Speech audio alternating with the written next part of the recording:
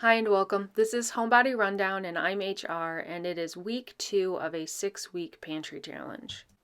My goal with the pantry challenge is to use up a lot of the foods that I have in the freezer, whether it's items I bought at the store or things that I've made and put into the freezer. I also want to focus on pantry items. We eat a mostly vegetarian diet, so we have a lot of grains, beans and legumes, pastas, and dry goods in the pantry that I want to get through before they go bad. So I like to take this time to check expiration dates or best by dates and try to think of meals that will utilize the items that are getting close to, or some of them have already passed that date and I want to get them opened and see if they're still good. During the pantry challenge, I will continue to buy eggs, dairy, and produce. Not a lot of extra dairy, just the basics like milk and sour cream. And I am not setting a price limit. In past challenges, I've tried to spend very little, like $10, but I am not going to worry about that this time. But I will share in the description what I buy for each week of pantry challenge and how much it costs.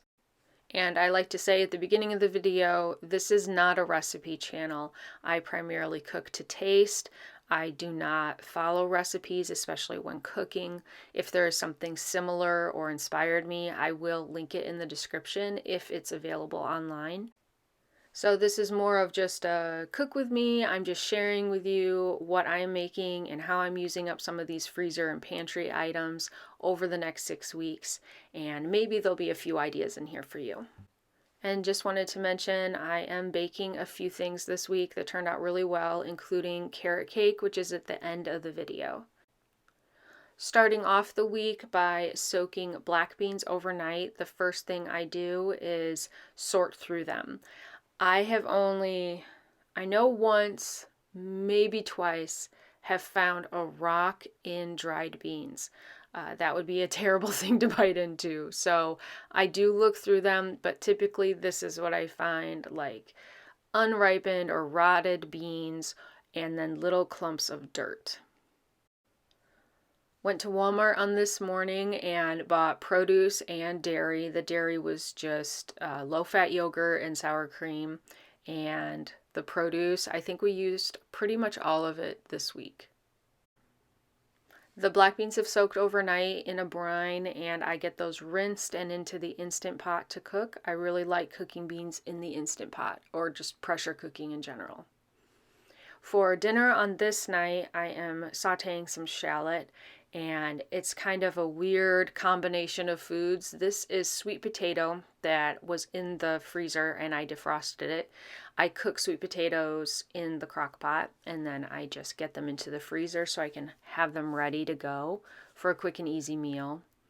I decided to put this in the oven with a little olive oil, salt, and butter. It looks like a lot of butter, but those are really thin pieces. Into the pan with the shallots, I'm adding chickpeas. These are some that I made from dry beans. I am adding in a pepper mix I make that's black pepper, garlic powder, and onion powder, and then also adding in salt.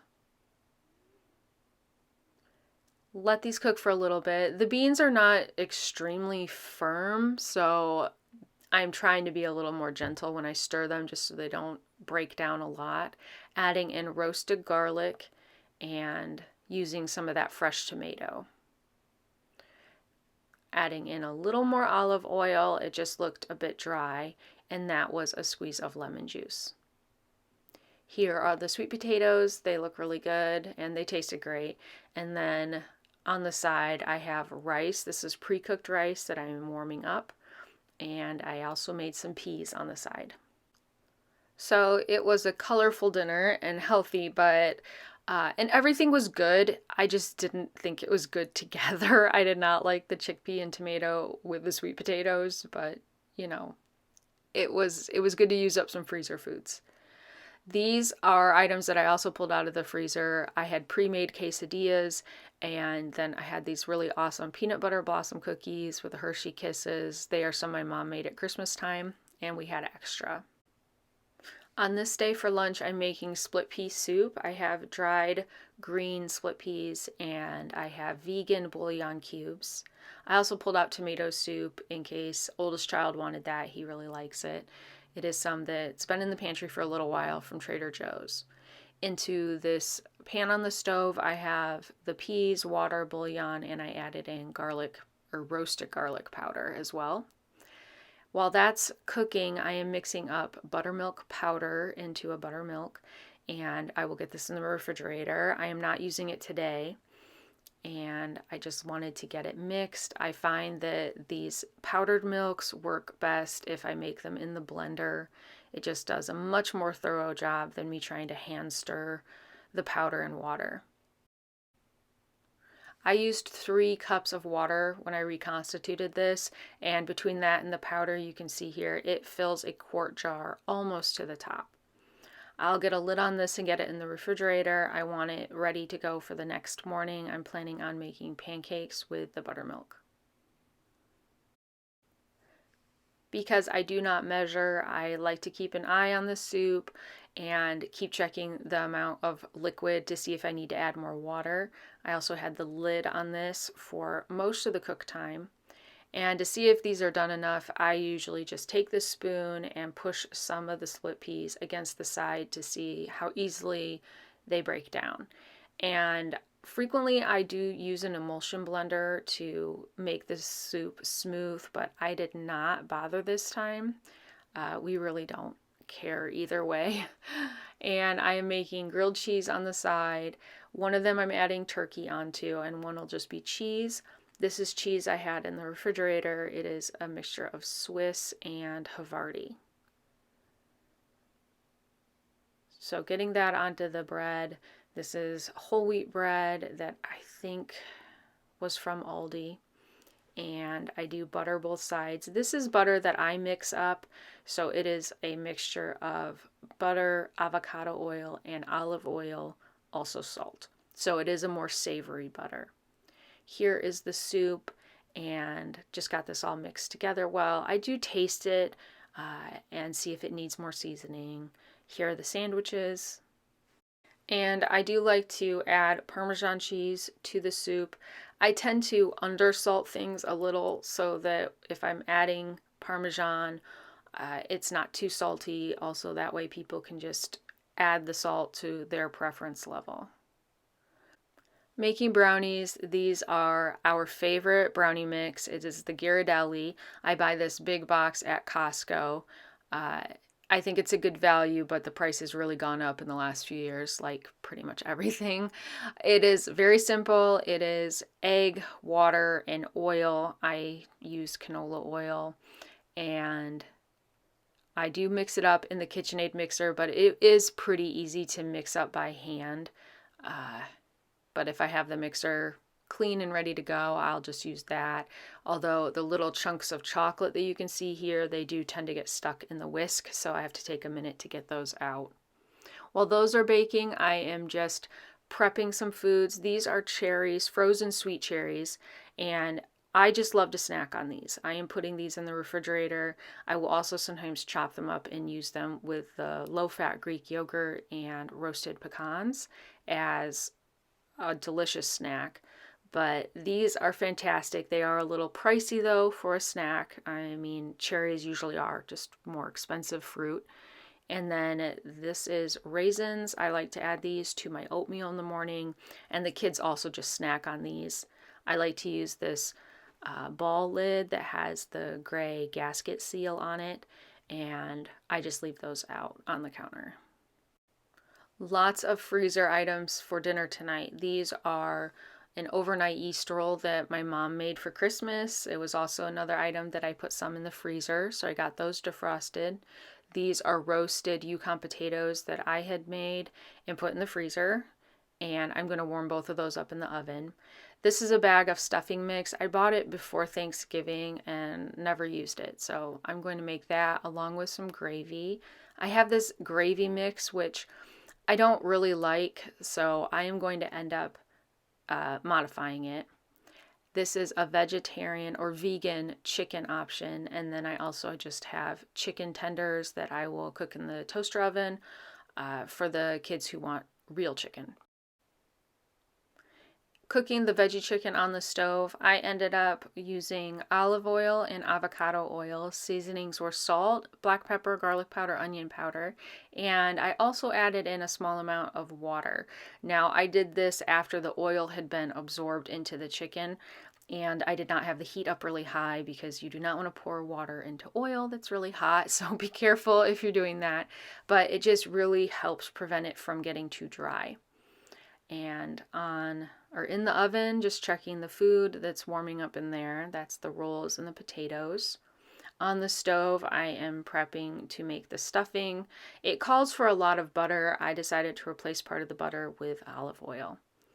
This is the gravy mix, but I am modifying it and adding in some of this mushroom umami flavoring. Here's the stuffing. It was a little dry. I bet if I had just used the butter, it would be better. It would have more butter flavor for sure, but it was pretty good, and we had the gravy, so it wasn't a problem. Reheated green beans, and this was a very filling dinner, and it had a lot of great flavor, and the gravy turned out pretty well. You have to be careful with these gravy mixes to make sure they're not too salty, but yeah, really good dinner. And the brownies were done now, got those cooled down and cut. And of course, they were wonderful. This is something where I do follow the recipe. I make it just like the box says. I think the only difference is I'm maybe using a pan that's a little bigger, so they're not quite as thick. So I do watch the time. It's the next morning, and I am going to use that buttermilk to make pancakes. I have a very basic pancake recipe, and I usually use the 2% lactose-free milk that we buy at Costco. I mix up whole milk from a powder, or I mix up buttermilk from a powder, and all are good. I think I prefer the whole milk pancakes.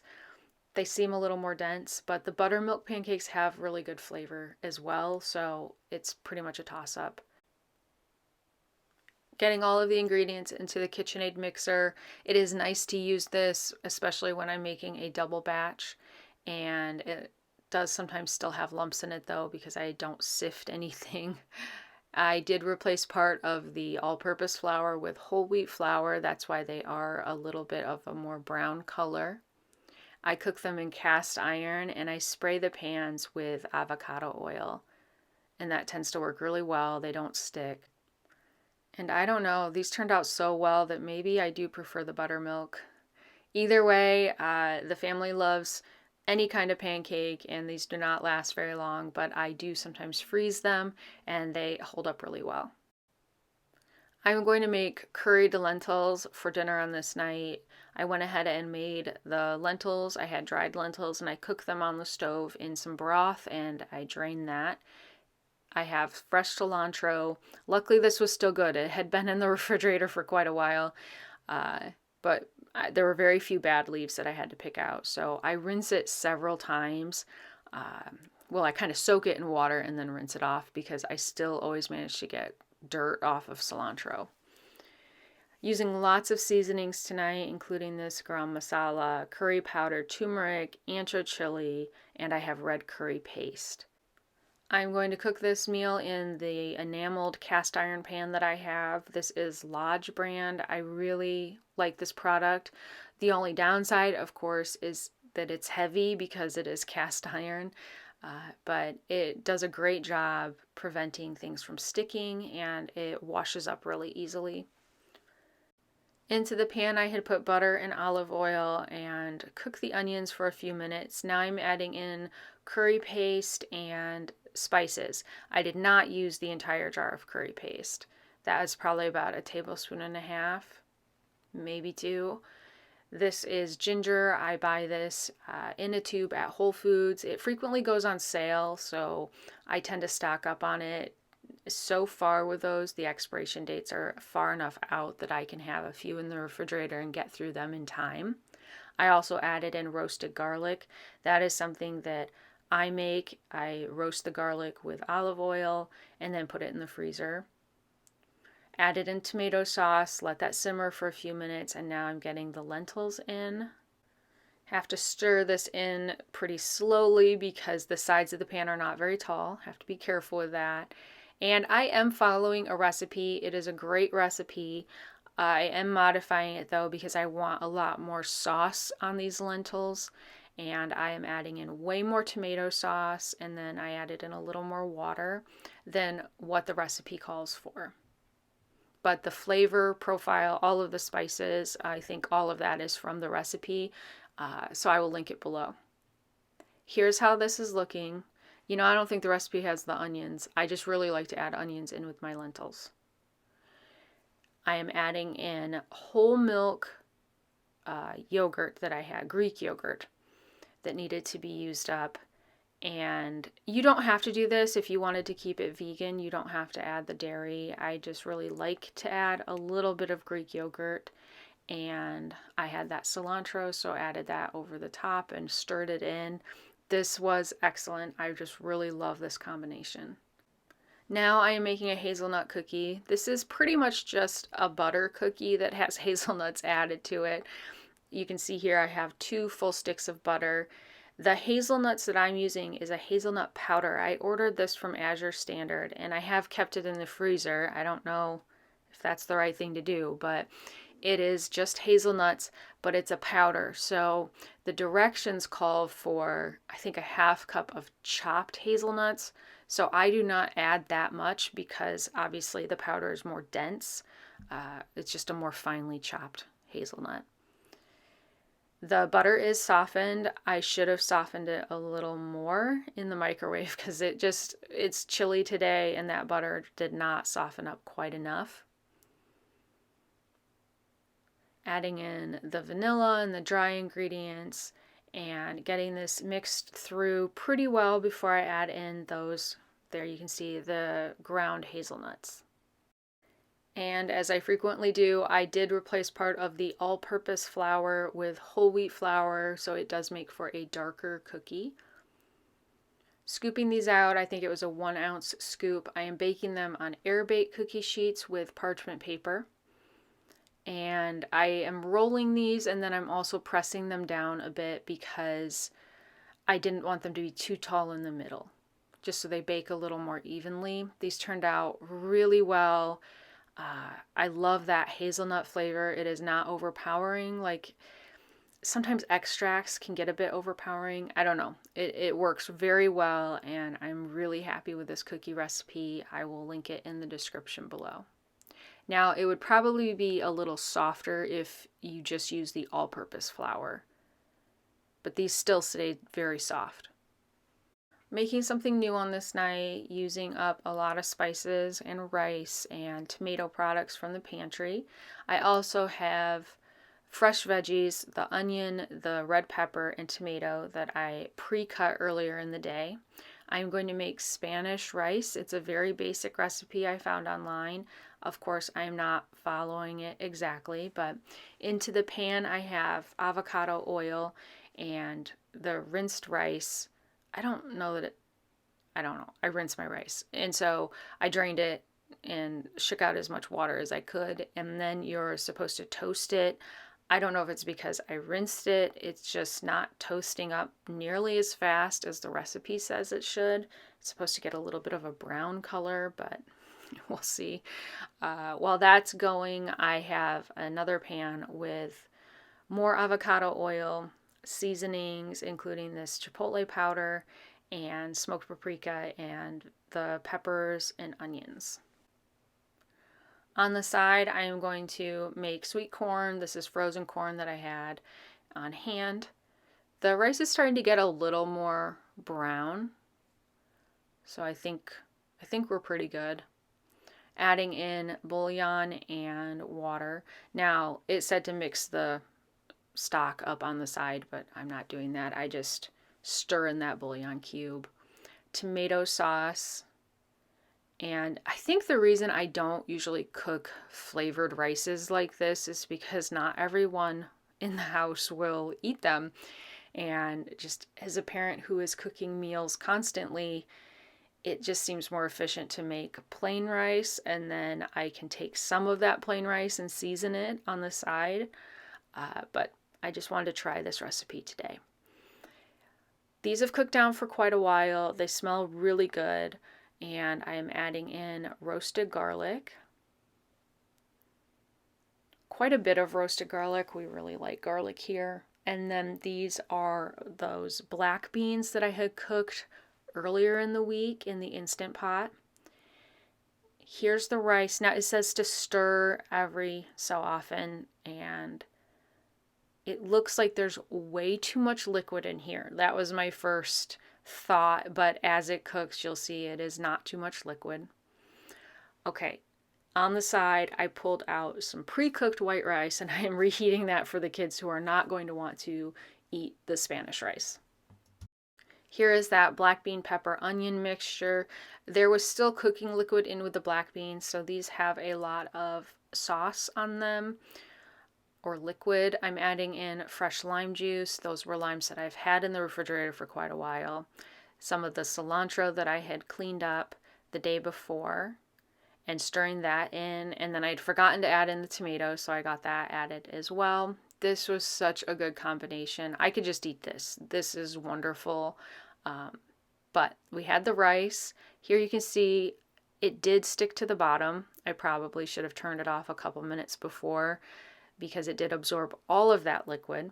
But now I'm adding in more lime juice, or the other half of the lime, and a lot of cilantro into this, and it was very good. I really liked having the flavored rice. It was a little dry, but I think that's just because I overcooked it for like a minute or two. And I had the corn and had an avocado that was still good, and added a little bit of low-fat Greek yogurt. Just a really excellent meal. This is something where you could take the leftovers and just put them in a burrito with a little cheese, or a tortilla with a little cheese, and make a burrito. It has lots of flavor, and the lime juice was really good in this. It's the end of week 2, and I went to Costco, picked up a lot of produce, but the only produce I'm using for this week is the baby carrots. The rest of this stuff, I will share the prices in next week's video. The baby carrots, I'm taking part of them and running them through the food processor because I want to make a carrot cake. And all the other ingredients I had in the house, I just needed carrots. You could use, the blade attachments and get a shredded carrot, but I always just dump them in and use the regular, I don't know what you call it, the chopping blade, and just get these little bits of carrot. It's about a pound. I measured it because I usually use like one of the small 1-pound bags if I buy them at Walmart. Got all the seasonings out. I had the raisins. I replaced part of the sugar with maple syrup. This is a recipe that I kind of started making up years ago, and I just don't make carrot cake that often. But I found this. I had this container in the cabinet where I keep flowers, and I was not sure if it was cake flour or bread flour. I'm sure when I put it in the cabinet, I thought, oh, I'll remember it's cake flour or whatever it was, but I did not. I'm pretty sure it's cake flour. Just from the texture, it has that lightness of a cake flour. So either way, that's what I'm going to use up in this recipe because I know it's been in there for quite a while. This does have a lot of eggs in it, and I do reduce the sugar. I'm not sure. I'm basing this off a recipe. I'm not sure if it's Betty Crocker or Better Homes and Gardens. If I can find the inspiration recipe, I'll share it, but I have really modified this over the years. I probably add way more carrot than most recipes call for. I add more seasoning or spices. I have ginger, nutmeg, and cinnamon. And the raisins, I will use golden raisins if I have those, but I rarely do. So this is just regular raisins.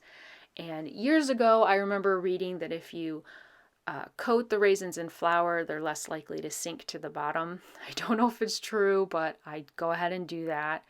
And then at the very end, I decided to add in toasted pecans, and that's because I already had them prepped. I have them in the refrigerator for my oatmeal. Typically, if I was going to add a nut to this, it would be walnuts, but those were down in the freezer and not chopped, and I just did not feel like doing that. Here is the batter. It is very thick. There's a lot going on in here. I sprayed a 9x13 glass baking dish with avocado oil, getting this cake batter in the pan, spreading it out. Here is how it looked after it baked, and it does bake for quite a while. I keep checking it towards the end. You see here it's set, and you can see there's raisins on top, so they did not all sink to the bottom. So maybe there's some truth to that idea of the flour on the fruit. And while that's cooling down, I am going to make a frosting. Now, normally I do not add a lot of frosting to cake. It's just a ton of sugar, and it's an easy way to just cut the sugar on a dessert. But I decided to go for it and make a lot of cream cheese frosting. Normally I would just do a very thin layer or just a drizzle over the top of the cake. But I went for it and made a lot of frosting this time. It is butter, cream cheese, powdered sugar, and vanilla. I do this to taste. I do not add as much powdered sugar as probably a recipe would call for. I do keep it on the less sweet side. You really taste the cream cheese flavor in this. And I don't measure anything. This is just, eyeballing the consistency, and then I keep tasting it as needed.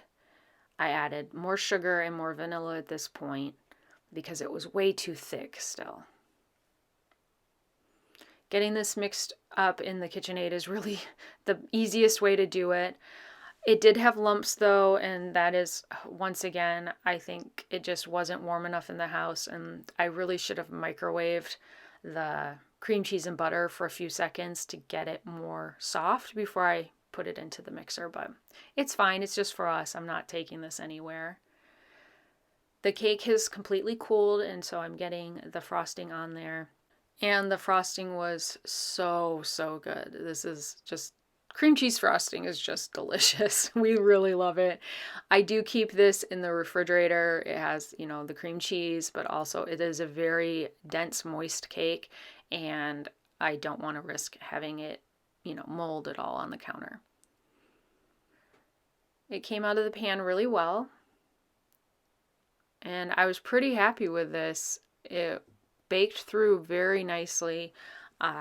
It would have been better with walnuts rather than the pecans. The pecans just don't have a strong enough flavor, I think, and I'm pretty sure next time I will add more spices. I just really like a heavier spice flavor in this, but it was delicious. I ate a lot of this. I'm not a cookie person, but I am a cake person, so when I make cake, I tend to eat quite a bit of it too. Used up a lot of pantry items this week, and also a lot of freezer items, especially pre-made freezer items that I could just defrost and use up for quick lunches or desserts. The highlights, I think, had to be, for me, it was the lentils and also the black beans with the Spanish rice. And the pancakes and the carrot cake were delicious. They did not last very long. So good.